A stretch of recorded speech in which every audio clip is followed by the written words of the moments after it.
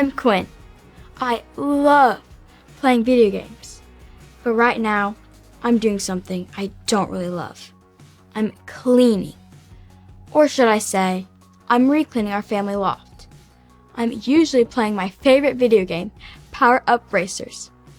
But I'm grounded. No video games for a whole week.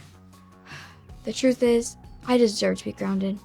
You see, it all happened yesterday when my parents told me to pause my game and clean up because according to my dad, it was starting to look like a bunch of pigs had moved in. Which I wouldn't mind because pigs are so pink and literally so cute. But I know my dad was saying it was truly a mess in here. I really like playing video games and I don't like cleaning this loft. So I came up with a plan to clean as quickly as possible. What is this plan, you ask? Well, I figured I could just shove everything in the closet and be done in no time. It was tight, but everything fit inside the closet. And then I was able to jump right back into my games. Well, until my dad needed his snow boots. When he opened the door, everything fell right on top of him. The next thing I know, boom, grounded. Not only am I grounded for a whole week, but I also have to re-clean the loft the right way. You know, the crazy thing is that even though my parents were pretty upset by what I did, they said they still loved me. And it really got me thinking, is there anything I could do for them to stop loving me? My parents always say that God's love for us is bigger than they could ever love me. That blows my mind. How does God love me so much? Is there a limit to how much God loves me?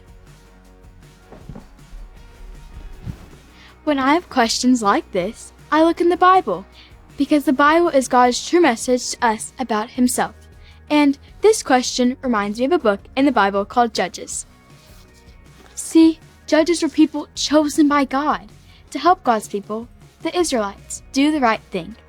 In this story, the Israelites kept disobeying God again and again and again. God could have just been like, game over, but He didn't. Let's see what happened. God loved His people. The leader of God's people, Joshua, had died. Without a strong leader, God's people, the Israelites, forgot about God and disobeyed Him. Nothing good ever happened when God's people disobeyed. God wanted His people to love and obey Him, so He gave them different leaders called judges. The judges would deliver God's people from their enemies and lead them to follow God. Othniel was the first judge. God was with Othniel, and Othniel led God's people to win against their enemies. The land was peaceful for many years, and then Othniel died. With no leader, the Israelites forgot about God again. They worshiped false gods instead of the one true God, and loved other things more than God. God was upset, but He still loved His people. He let an evil king come and capture the Israelites. When that happened, they would turn back to God and love Him. The Israelites served the king of Moab for 18 years. Okay, so God showed them how to love Him, and they did it. But then, without someone there to tell them what to do, they chose to sin, to do what they wanted instead of what God wanted. And when we sin against God, it makes God sad, because He loves us and wants us to do the right thing.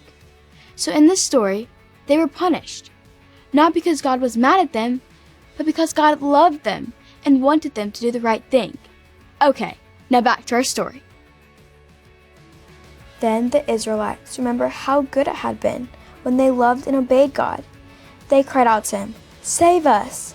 God loved His people even though they chose to do what they thought was best instead of following what He said was best. God chose Ehud to save them and be the next judge to lead the people. They had peace in the land for 80 years. When Ehud died, God sent a third judge, Shamgar, to save them and lead them to love and follow God. God's love is greater than we can ever imagine. His love for us has no limits. The Israelites disobeyed God many times, But God never said, "That's it, I've had enough. I used to love you, but now I don't." Instead, God kept loving them. God sent judges who helped save the Israelites from their enemies and point them back to God. But God knew this was a temporary solution. The judges could not change the people's hearts. So, God sent His Son Jesus to change the people's hearts. When we trust in Jesus, God gives us new hearts. He forgives us and gives us the power to say no to sin and obey Him. And the best part is, we get to have a totally awesome friendship with God forever. No one can outlove God because God always loves us more. That's so cool! So the next time you think to yourself, is there a limit to how much God loves me? Just remember who Jesus is and what He has done for you. There's no limit to God's love for you. Alright, better get back to cleaning. Never forget, the real power-up is that God loves you more than you can ever imagine. See you later!